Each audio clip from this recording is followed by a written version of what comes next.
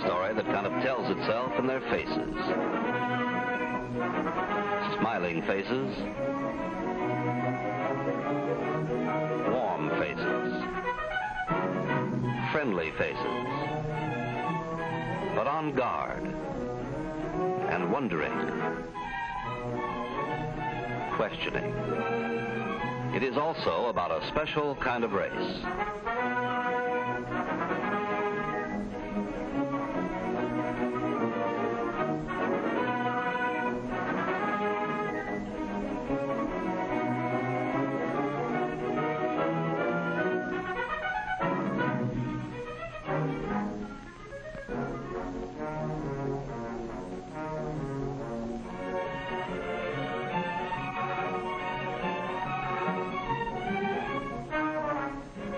To help promote a better understanding between officer and boy, the police departments of 20 different cities organized the Peace Officers Car Club Association.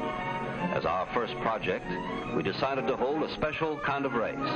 We called in the famous racing driver Ralph De Palma to help us put the show on the road.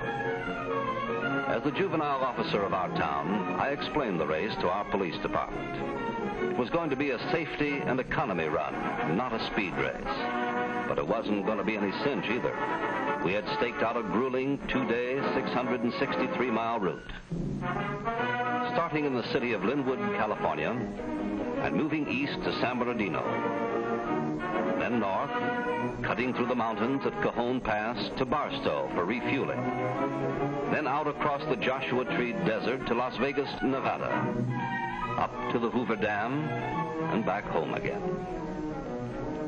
Well, whatever doubts I had that the kids would go for this race were dispelled during my meetings with the Capri Car Club, selected to represent our town in the run because of their excellent safety record. Their enthusiasm was wonderful. They were taking the race seriously. They wanted to be sure they had the right driver and observer. As one member put it, this was no race for a character with a hot temper or a heavy foot. And they were choosing in a genuine democratic way. The people's choice turned out to be Dick Owens, observer, and Jim Hummer, driver. Well, it wasn't very long after that before the Capri Car Club emblem went onto the car, and Jim and I went down to the shop.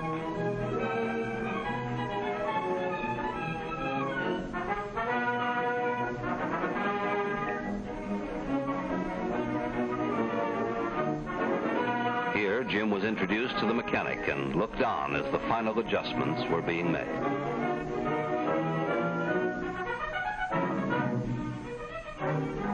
The last-minute tune-up, the carburetor check, the distributor points, compression, and of course the brakes.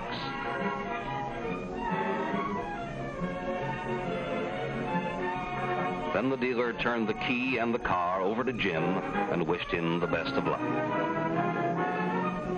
And Jim headed out for the official refueling station to fill up with gas. Gas that was going to play the very important role of the measuring rod in figuring out the winner.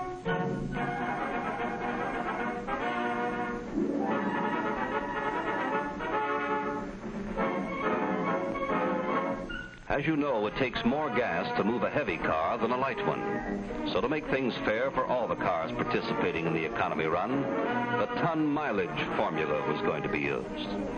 To get ton miles per gallon, you take the weight of your car in tons, multiply that by the number of miles that you travel, and then divide by the gallons of gas that you use. Here, for the first time, I could see how well what we had done in our town had been repeated by police departments in the other cities. And here I got my first good look at the other cars. Funny, as I told you, I'm a juvenile officer, but no matter how long I work with teenage kids, I'm always being surprised by their fantastic imaginations. Take the names of their clubs, the bright, vibrant colors of their cars and jackets. To me, these were all the clue to the spirit with which they were entering this safety and economy run. They brought to it all the fresh and exciting qualities of youth.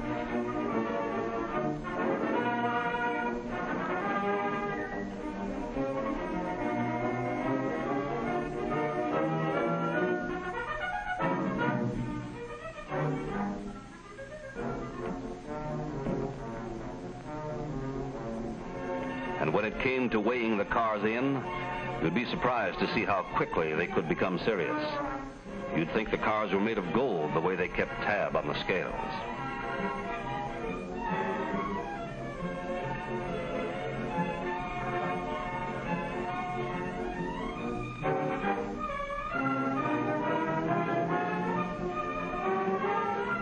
As I looked over the 15 cars that day before the race, I held back my enthusiasm a little. I knew teenage kids were unpredictable. For what appeared no reason at all, they could play havoc with the law. We still had some rough humps to get over before we could say that our approach was right. But we weren't going to keep them in a glass cage.